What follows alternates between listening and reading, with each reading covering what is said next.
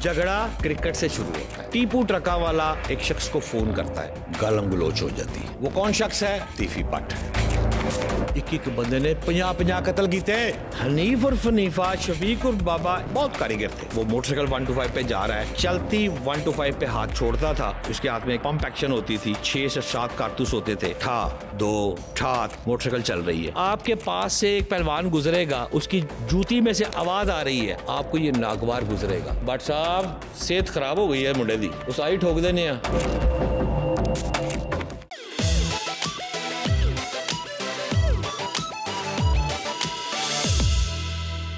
अस्सलामुअलैकुम, this is me Saira Syed and you are watching GNN podcast. आज के हमारे मेहमान शहजाद हुसैन भट्ट साहब हैं, जो कि GNN के bureau chief, face to face programme के एंकर, इसके अलावा एक सहाफ़ती तंजीम PUJ के प्रेसिडेंट हैं और सबसे बढ़कर अंदरून शहर के रहायशी हैं।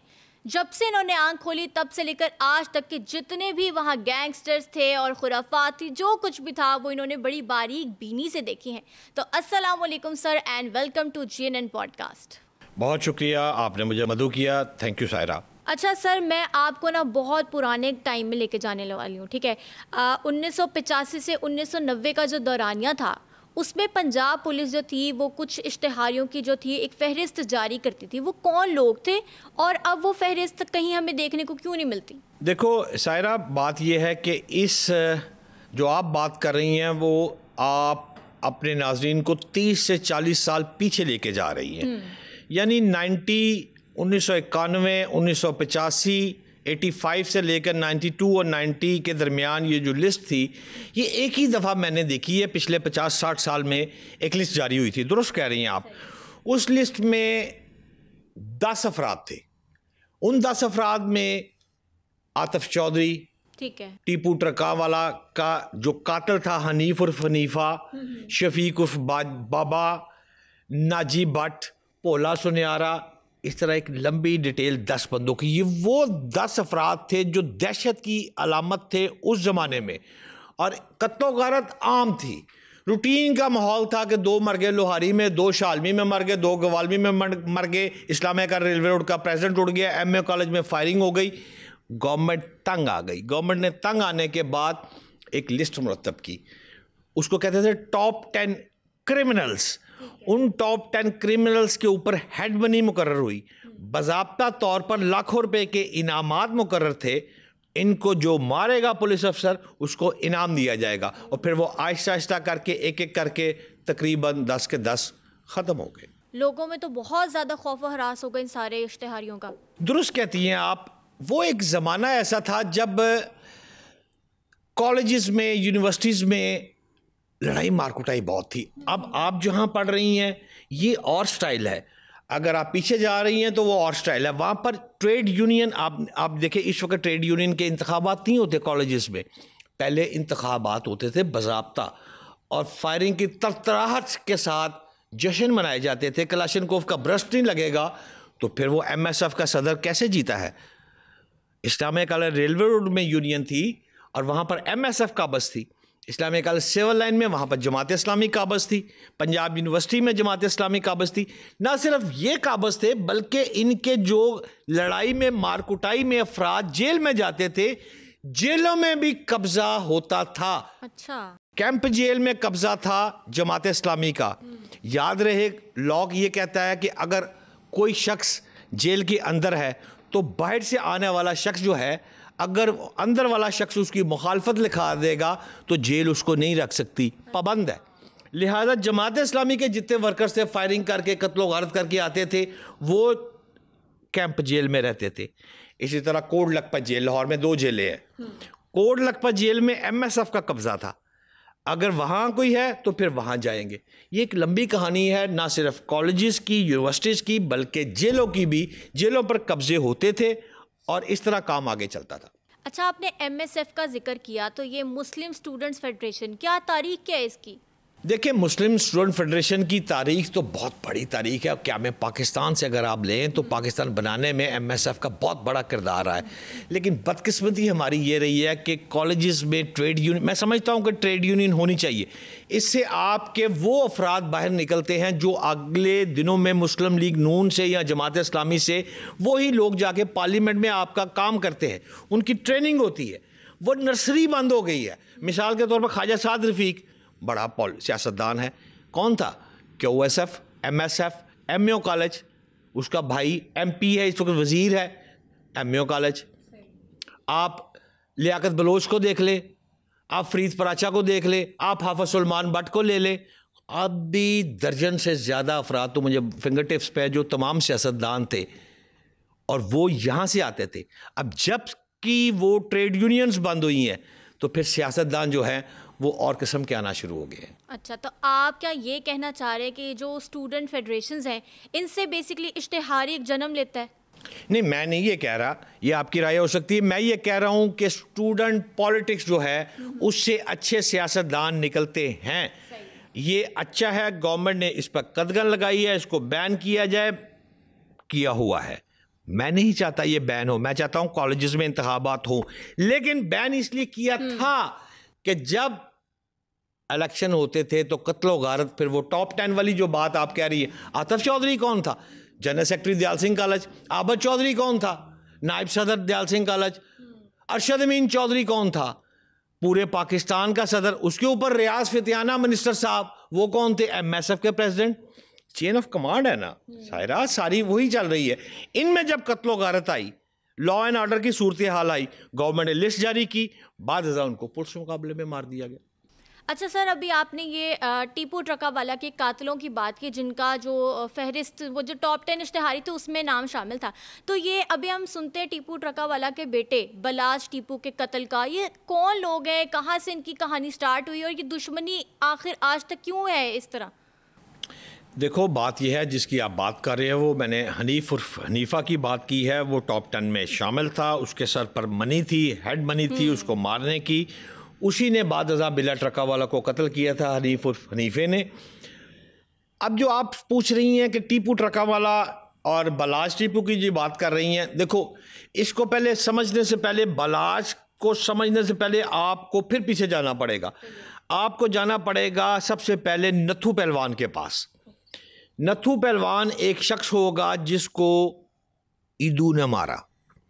ईदू ने मारा, कैसे मारा? उस जमाने में टांगे पर नथु पहलवान जा रहा है। नथु पहलवान कौन है? बिल्ले ट्रकें वाले का बाप। अच्छा, बिल्ले ट्रकें वाले का बाप टांगे पर शहालमी चौक से टूवर्ड्स लोहारी मस्जिद अनारकली की तरफ जो रास्ता जाता है, उस जगह के करीब नथु पहलवान को एक शख्स ईदू ने कत्ल कर दिया। उनकी रंजिश थी। नथु पहलवान मर गया। मरने के बाद उसकी सीट पर आकर अब जो शख्स बैठता है उसका नाम है अमीरुद्दीन उर्फ बिल्ला ट्रकां वाला। अब जो ईदू है वो बाद अज़ा कत्ल हो जाता है। वो कत्ल होता है या अल्लाह की तरफ से मरता है, लेकिन अभी तक वो मुबहम है बात, क्योंकि वो हॉस्पिटल में जाता है, मेयो हॉस्पिटल में, वहाँ वो मर जाता है। होता ठीक है वैसे, लेकिन वो मर जाता है। अब उसको कोई जहर का टीका लग गया या क्या हुआ ये मेरे को नहीं पता, ना मैं बताना चाहता हूँ आपको। ईदू मर गया। बिल्ला ट्रका वाले का काम क्लियर हो गया, हिसाब साफ हो गया। अब बिल्ला ट्रका वाला के पास कोई गनमैन नहीं है। अब बिल्ला ट्रका वाला अपने कारोबार को रूज देता है। उसका कारोबार है पाक गुड्स ट्रांसपोर्ट कंपनी।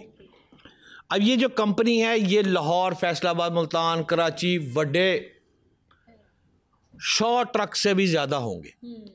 अब वो शख्स का दोस्ती हो रही है अलियास जेट फैसलाबाद से, MNA टॉप 10। उसकी दोस्ती हो रही है पीला पहलवान MPA बॉर्डर वाले पसीन वाले के साथ। 2, तीसरा बिल्ला ट्रका वाला। चौथा इनका एक और बड़ी है SP अमानुल्लाह, SP सिटी। ये 4 अफराद बेस्ट दोस्त हैं और लाहौर पर हुकूमत कर रहे हैं।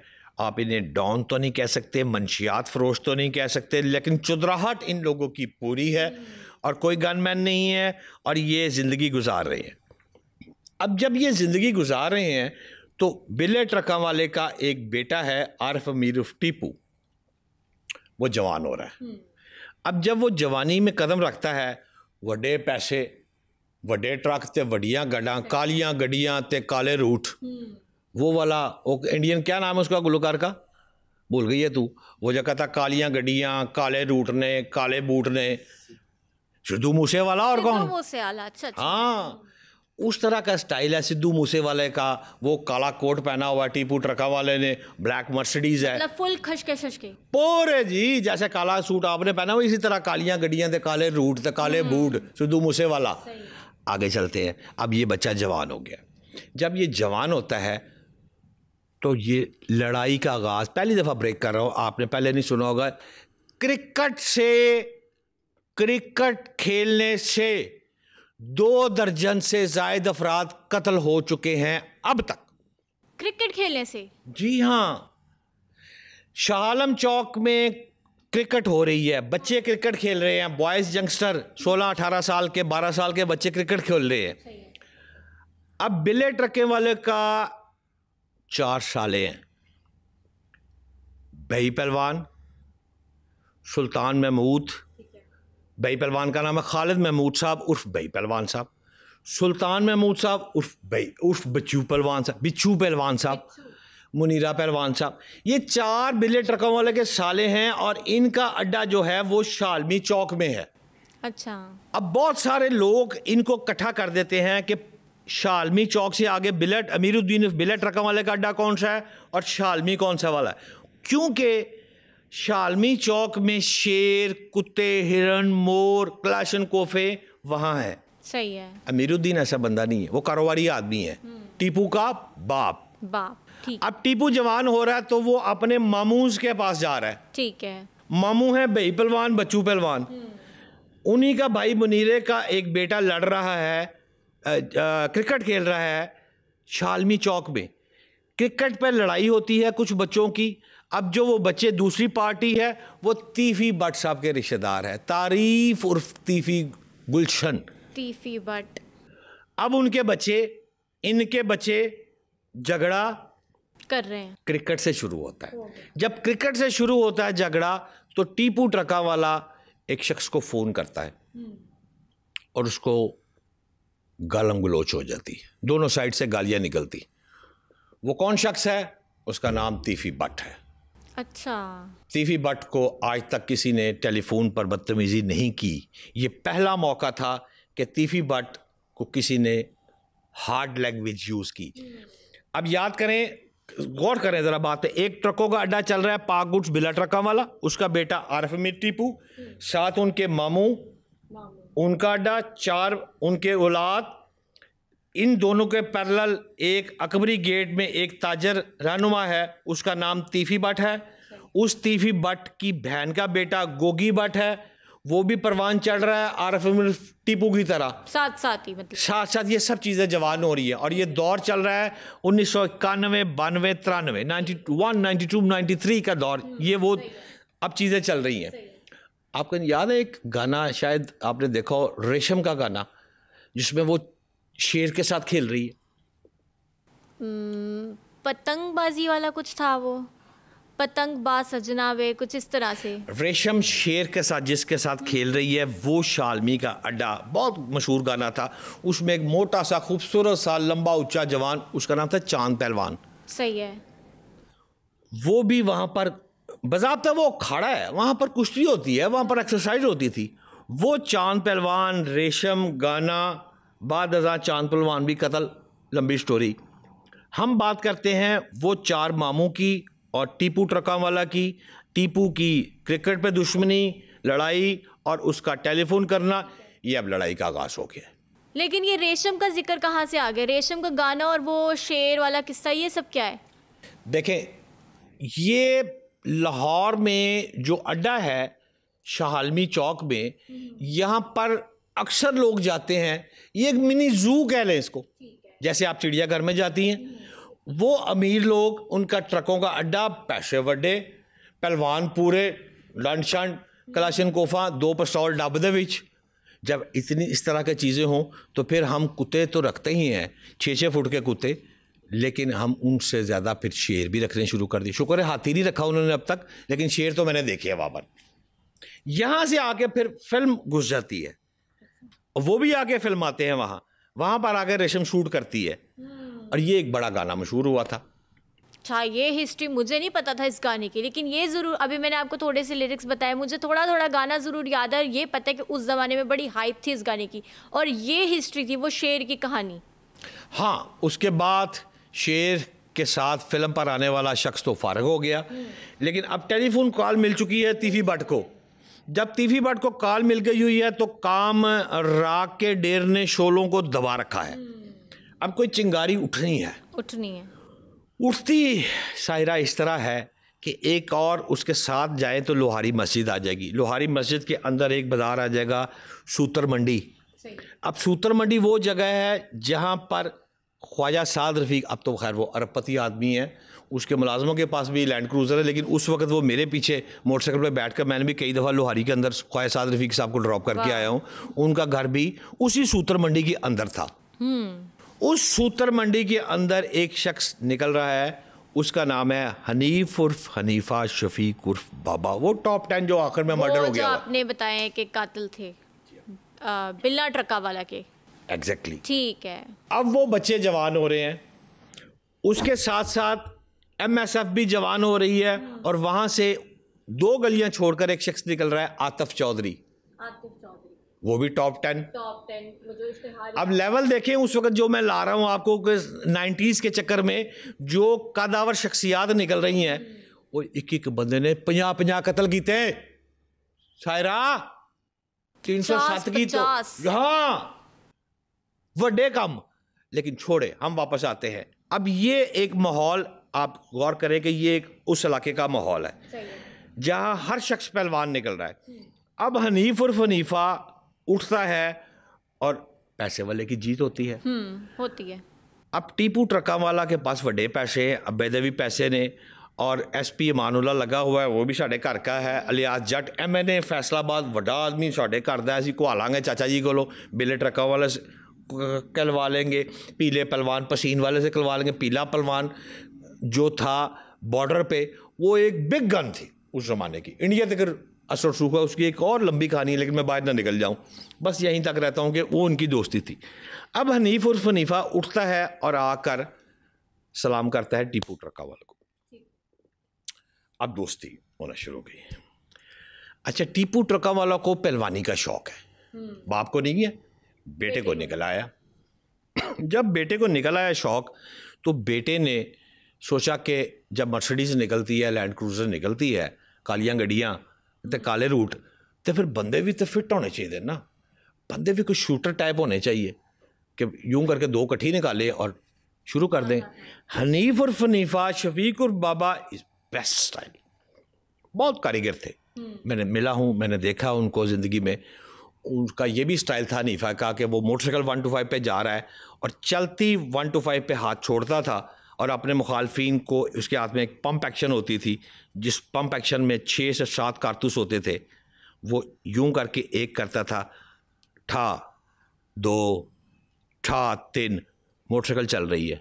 ये तो किसी फिल्म का सीन लग रहा है। हाँ, उस वक्त लम्मी वाला नौलखे में ये भी एक स्टाइल था, वो भी लंबे लंबे बाल थे।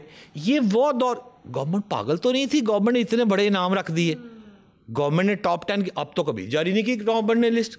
उस जमाने में क्यों की? इसीलिए की सायरा कि उसमें बहुत काम ऊपर चला गया था। अच्छा, याद रहे ये सारी दुश्मनियां चल रही हैं, ये एक लाहौर शहर का मिजाज है।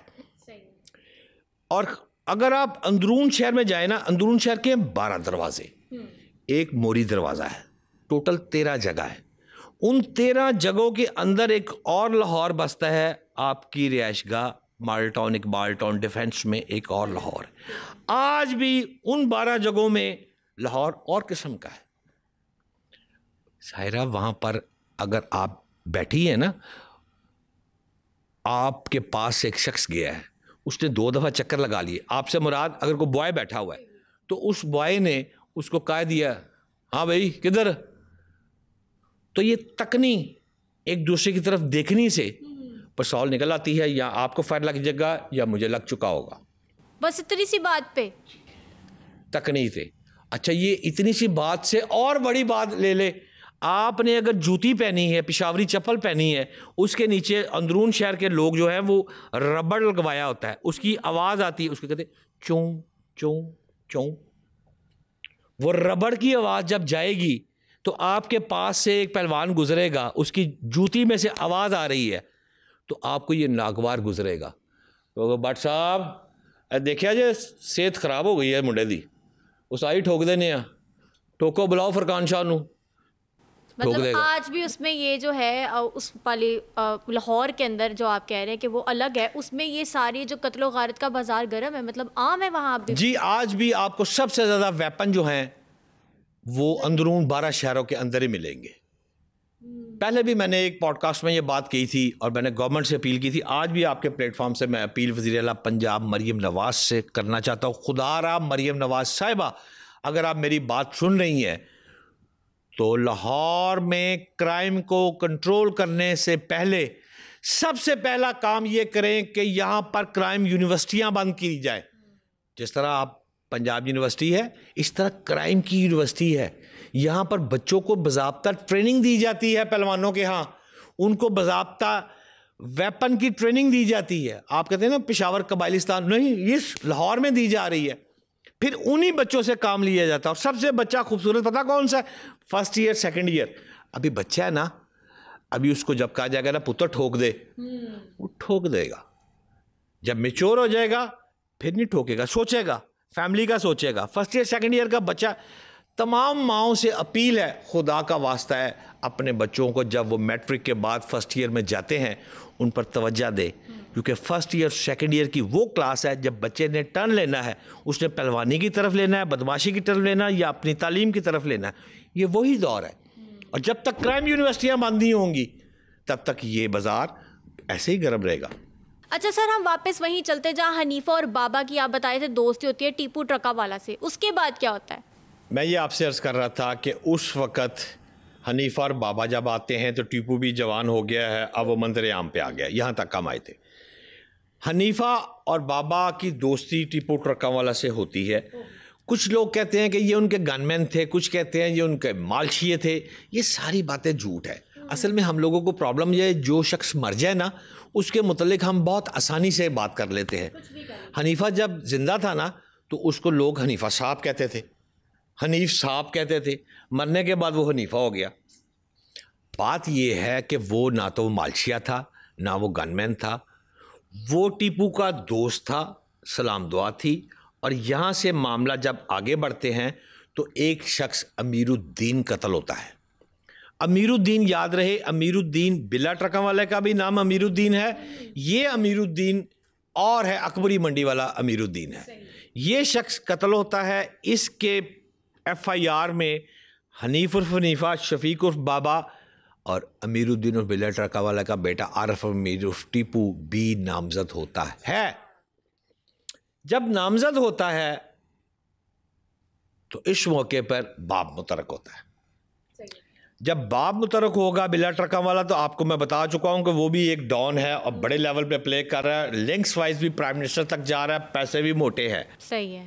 वो अपने बेटे को मक्खन में से बाल की तरह बाहर निकाल लेता है। जब वो बाहर निकाल लेता है तो हनीफ उर्फ हनीफा को इस बात का रंज होता है कि असी कट्ठे यार सा, साड़ी पैरवी नहीं की थी, पहलवान ने अपना पुत्र बाहर काट लिया। तो दुख तो होता है। यहाँ से आके अब दराड़ पड़ रही है। सही। अब दराड़ पड़ रही है तो वो जब दराड़ पड़ती है तो लाहौर में इन जो शूटर या डॉन माफिया इस किस्म के गैंगस्टर बॉयज़ होते हैं, इनको यूनिवर्सिटी में दाखिला लेना बहुत ज़रूरी है। वो इस यूनिवर्सिटी से निकलता है और सीधा जाता है तीफी भट्ट साहब की यूनिवर्सिटी में। बाबा जानी, टीपू ने बहुत ज़्यादती की है, अजराह करम नजरे करम। उधर से आता है हाथ, टीपू बाहर आ गया, बिल्कुल भी चुप, साफ सुथरा निकल गया। उनकी भी ज़मानतें हो गई। जब उनकी भी ज़मानतें हो गई तो वो जाकर बैठ गए, कबूतर यहाँ से उड़ा और बड़े पिंजरे पर जाकर वो कबूतर बैठ गया। अब याद करें पहले वाली बात, क्रिकेट वाली, वहाँ से तलखी पैदा हो चुकी है, वहाँ से वो माचिस जल चुकी है। अब जब ये शख्स वहां चला जाता है तो ये तीफी भट्ट ग्रुप में शामिल हो गया। जब वहां शामिल हो गया तो मामला और बढ़ना शुरू हो गया। चिंगारी अब बढ़ गई। अब शोला, अब चिंगारी नहीं रही, अब शोला बन गया। अब 92 से काम आगे जाना शुरू हो गया। अब 85 खत्म हो गया, 90 खत्म हो गया, 92 आ गया। अब शोला बन गया। अब जब शोला बनता है तो मुखालफत बामे रूश पर आती है। तो हनीफ उर्फ हनीफा और शफीक उर्फ बाबे की जब मुखालफत बढ़ जाती है तो ऐवाने अदल में जब टीपू ट्रका वाला जाता है उस पर फायरिंग होती है, 9 अफराद कत्ल हो जाते हैं। और जिसको कत्ल करना है उसका नाम है आरिफ अमीर उर्फ टीपू। टीपू बच जाता है। कैसे बच जाता है? सुलेमानी टोपी पहनी हुई है उसने? नहीं, टीपू मजिस्ट्रेट की अदालत में चला गया। मजिस्ट्रेट साहब अस्सलाम वालेकुम, फायरिंग हो रही है। उन्होंने कहा भाई अंदर पुत्र। इस बिना पर टीपू बचता है। उसकी FIR भी इन अफराद के ऊपर होती है। अब जो शोला था, चिंगारी से शोला बना था, अब भड़क उठा है। अब ओपन हो गई हैं बातें। अब तीफी भट्ट साहब भी मैदान में आ चुके हैं, बिला ट्रका वाला भी मैदान में आ चुका है। बात और गर्म हो गई है। अब आमने सामने आ गए सबके सब। क्लियर पिक्चर हो गई है। ठीक है। अब जब क्लियर पिक्चर हो गई है तो एक मौका आता है। लंबी कहानी है, उसको छोटी करके सुना रहा हूँ आपको। एक मौका ऐसा आता है जब हनीफ उर्फ हनीफा और शफीक उर्फ बाबे की घर वाली खवातीन को पुलिस उठा लेती।